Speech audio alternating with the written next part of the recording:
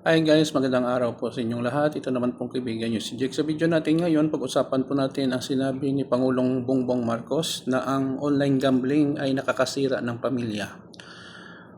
Before tayo guys magsimula, magpapasalamat muna po ako sa lahat ng mga followers, supporters ng aking channel. Maraming salamat po sa inyong walang sawang pagsubaybay, pagsunod, pag-subscribe at pagsuporta.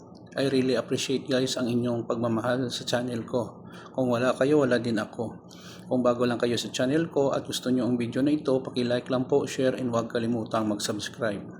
Kahapon guys ay nagpalabas ng statement ang ating mahal na Pangulo, Ferdinand Bongbong Marcos Jr.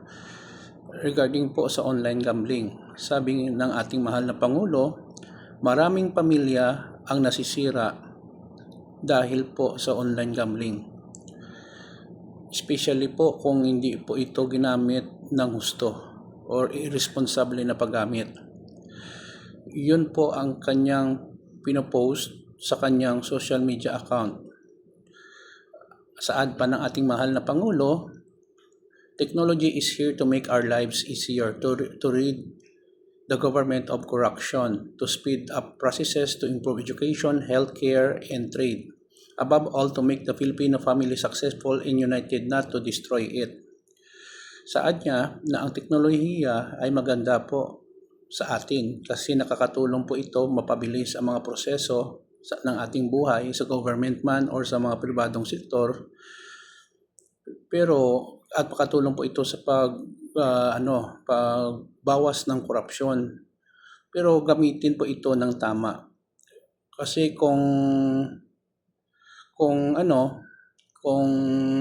hindi gagamitin ng tama, ay most likely marami pong masisira tulad po ng online gambling. Saad pa ng ating mahal na Pangulo na inacknowledge niya po ang progreso ng ating pamahalaan sa digitalization program. Paalala ng Pangulo, mag-ingat po tayo sa paggamit ng teknolohiya sa pag-scams, fake news at sugal.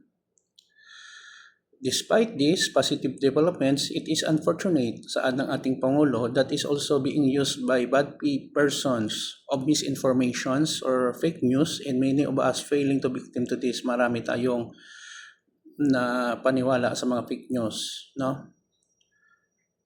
Sabi ni Executive Secretary Lucas Bersamin na ang pamahalaan ay still looking into the broader implications of banning all forms of online gambling. Ano ba ang implikasyon kung ibaban totally ang online gambling?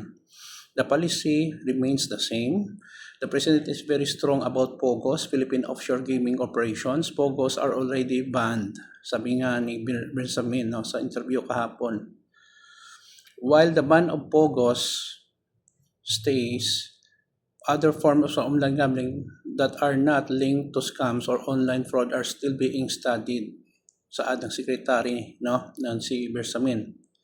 With regards to online gambling that is not akin to scams or that nothing to do with scams and online fraud, we will still looking into it because we have to see all the ramifications that gaming of that method may be allowed to operate.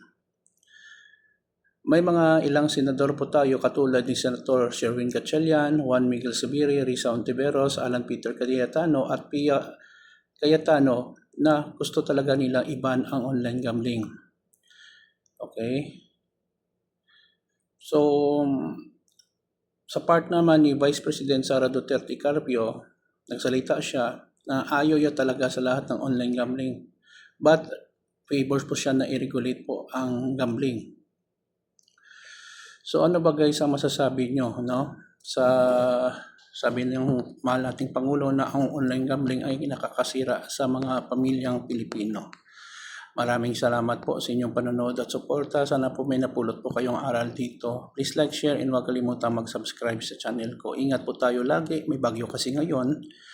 Ito naman po ang kaibigan nyo si Jake. Paalam. Love you all.